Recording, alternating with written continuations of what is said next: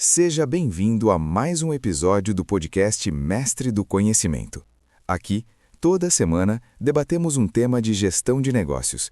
Já salva nosso programa em seus favoritos para não perder nenhum episódio. Este episódio é um oferecimento da 4Ps Academy, a escola de negócios fundada pelo meu grande amigo José Pereira. Na 4Ps, ele conduz programas incríveis de capacitação em inteligência artificial aplicada a negócios. Se você quer aumentar produtividade e transformar dados em decisões, a 4Ps é o lugar. Um grande abraço ao José Pereira. E agora, vamos mergulhar na mente de um dos maiores executivos do Vale do Silício.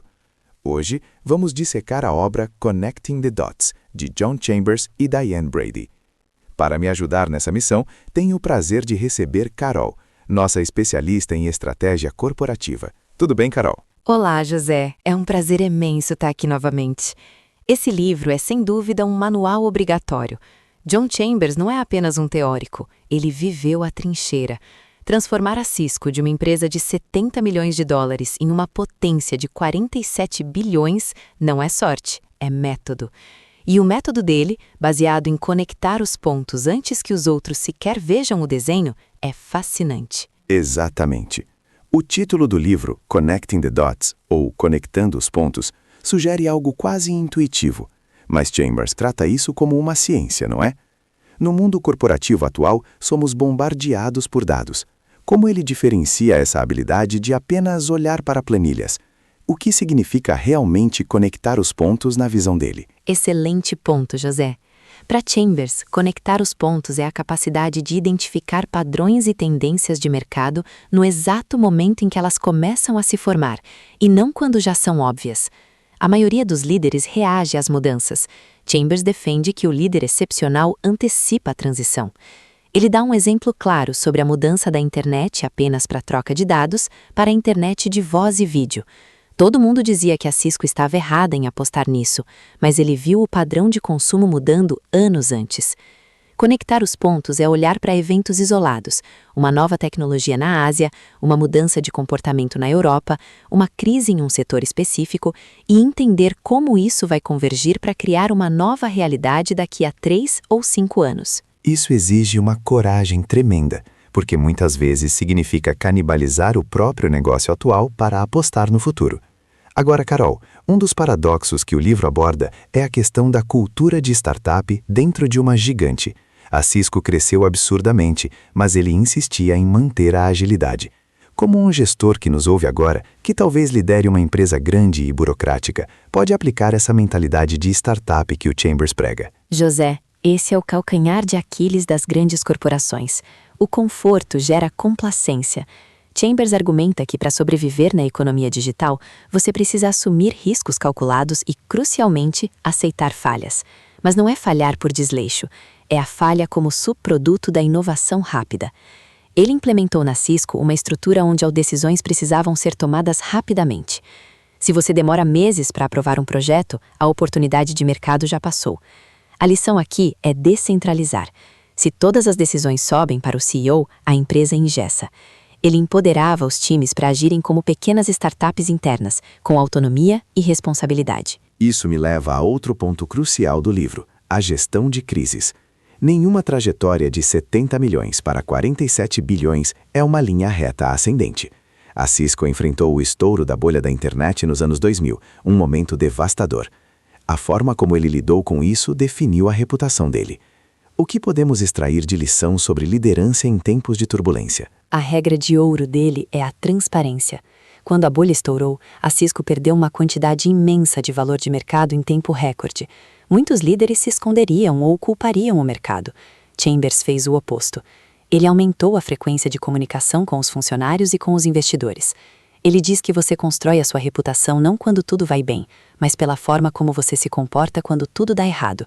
Ele foi brutalmente honesto sobre os problemas, mas também sobre o plano de recuperação. E um detalhe importante, José, ele nunca parou de ouvir o cliente, mesmo na crise. O famoso foco obsessivo no cliente. Parece clichê, todo mundo diz que o cliente tem razão.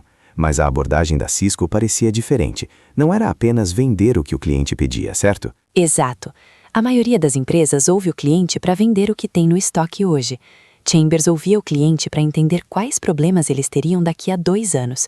Ele perguntava: o que vai impedir o seu crescimento no futuro?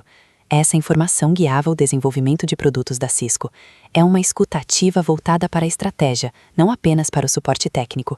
Isso permitiu que a Cisco fizesse aquisições brilhantes, comprando empresas que resolviam esses problemas futuros antes mesmo que eles se tornassem críticos. Falando em aquisições, o playbook de fusões e aquisições dele é lendário. E ele diz algo que me surpreendeu: a cultura é mais importante que a tecnologia na hora de comprar uma empresa.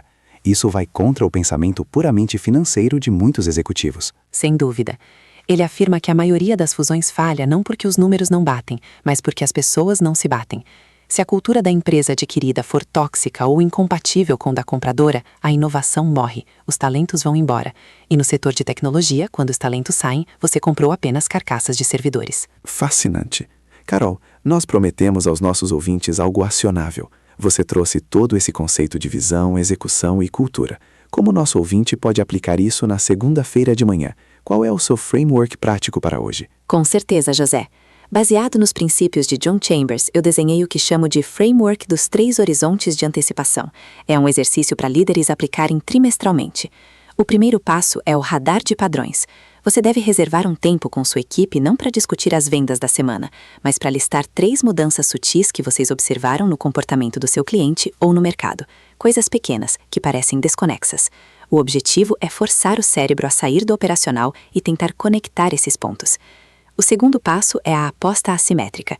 Identifique uma pequena iniciativa baseada nesses padrões que tenha baixo custo se der errado, mas um potencial enorme se dar certo. Haja como uma startup. Aloque um recurso pequeno, dê um prazo curto e teste. Se falhar, mate o projeto e aprenda. Se der certo, escale. Isso cria a cultura de risco calculado. E o terceiro passo é a auditoria de transparência. Avalie a sua comunicação atual.